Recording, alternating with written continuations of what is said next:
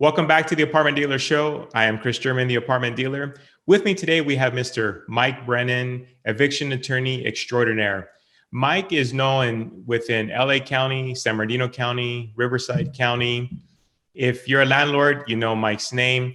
And he's with me today to cover those questions we did not have a chance to get to when we just hosted our webinar for landlords like yourself. Mike now for over 15 years has been an eviction attorney.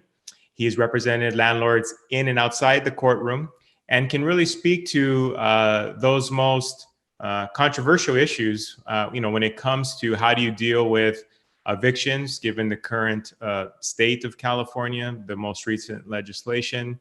How do you go about the day-to-day management of your properties? Now, I will mention this. These rules differ from county to county. Yes, most of you are within the state of California. Most of us are in Southern California. Even the majority of you probably are in either Los Angeles, Orange, or San Bernardino counties. But even with that, from city to city, some of these regulations can differ. You want to also check with the current ordinances that may be in the cities of which you own. Having said that, Mike, welcome back to the Apartment Dealer Show. Kris, thank you very much. I appreciate it. And of course, Mike, we were together just a few weeks ago at our educational webinar, and we'll link to that video here so that people can go through that material.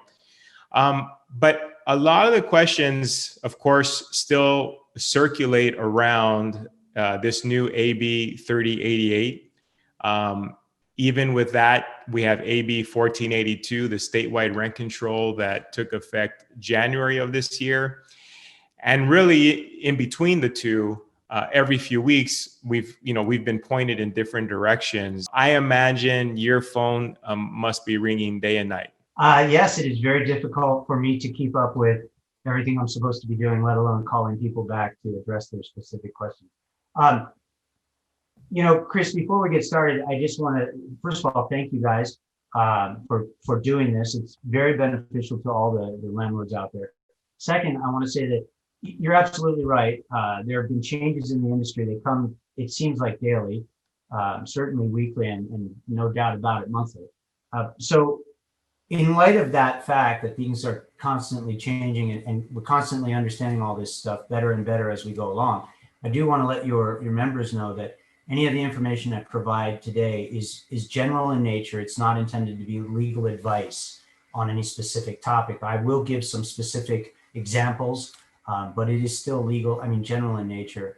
Before trying anything anybody hears me say in this interview, they should definitely reach out to either my firm or their own landlord tenant firm and go through the specifics of their specific property. This is definitely not a do-it-yourself period or situation. One final caveat and thought that your members should understand is we've all heard this many times in the past 9 months. We're in unprecedented times and we're facing an extraordinary situation of first impression. So there's very little case law to guide us on this stuff. And ultimately, no matter what one attorney or another attorney or some association may say, the judges are going to have the final say on how these laws are applied, where they're applied, and when they're applied. So with that, I'm happy to answer any questions that you might have. And, going back to the educational webinar that we held, I think the general consensus was, as a landlord, don't try to go at this alone. Right. Even myself, I think I keep up to date with what's new and trending, but I've had a couple of squirrely tenants myself here recently that I reached out to you about, just because, in my opinion, it's not worth making the wrong misstep. And the way these new laws are written, it's very easy to do so, to only wait months to get to court. And when you finally do, because you wanted to be a hero by yourself, come to find out you did it wrong, and now you get to start all over, or the tenant wins by default, somehow. So I think that people need professionals like you in their corner. Kris, you're absolutely right about the possible negative consequences that can come out of this, but I'll add to that. Some of these moratoriums give the tenants a private right to file a lawsuit against the landlord. And if they make a mistake and lose their case, the landlord can guarantee that that loss will come in to the civil case against them as evidence that the landlord violated the moratorium. So this is definitely not a situation where I don't, regardless of your experience level as a landlord, right now is not the time to attempt to navigate this by yourself. All right, well, let's dig into some of these questions. The first one here, what are the best practices when screening tenants given all the recent regulations? There's a lot to that. I would start off by saying this is a great time at the end of the year right now to sit down for every one of your clients and review their rental criteria. They should have their rental criteria in writing to begin with. There's two forms that they can have. One internally, their own kind of policies and procedures, I'll call it, and one they hand out with an application to an applicant. Beef it up. And it's funny, I hate to say this, but most what I'll call mom and pop landlords put very little time and energy into their screening criteria and to the actual screening itself. As long as everything on the application looks okay, they don't really dig too deep. And it's no longer acceptable to do that. That might even be the worst possible approach you could take. What they should consider doing right now is there's a couple paths they can take. If they're a member of a trade organization, oftentimes they'll use the trade organization's applications. I won't name the different organizations here, but we all know who they are. They all go by the apartment association. But if they're not a member of the trade association, they could create their own criteria. If they are and they're using the association's application, they can customize that. They can add to that by having another sheet that says, hey, we also consider these things. I'll give you some examples. They could customize their screening application to include new questions, such as asking the tenant directly, why are you currently moving? Why are you looking for a new apartment? Just to get an answer, a general answer on that.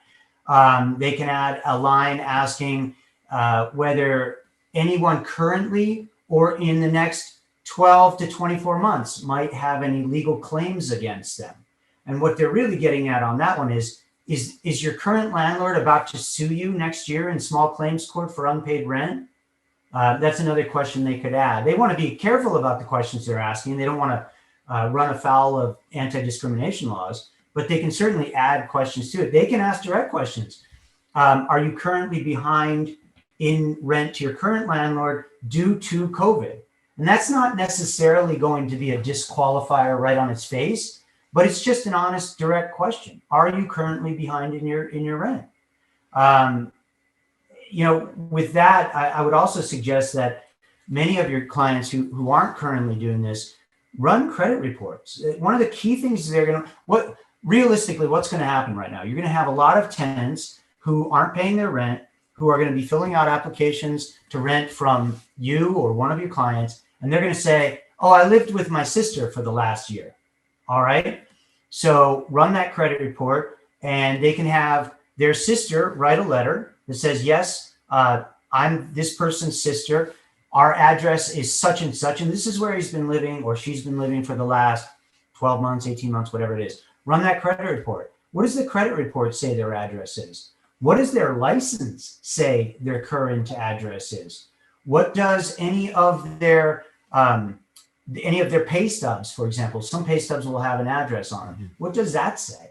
Start looking for the addresses because that's going to be key. Look for the name that lines up. A lot of your clients, like yourself, you're in real estate. You can run a title report. They can say their sister lives at 123 Main Street, but when you pull the title report, it's actually owned by an LLC.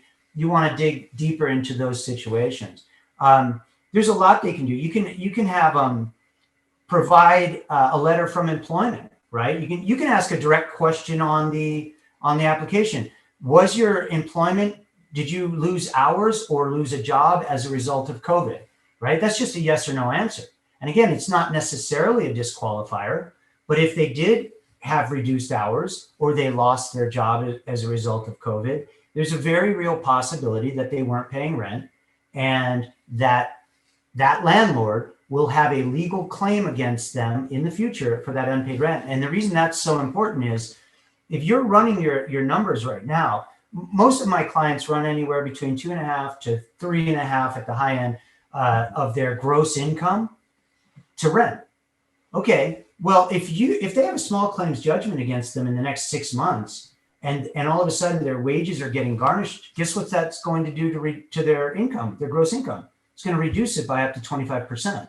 So when you're running your numbers, that's another strategy you can use. If you typically use 2.5 times their gross income, maybe bump it up to 2.75.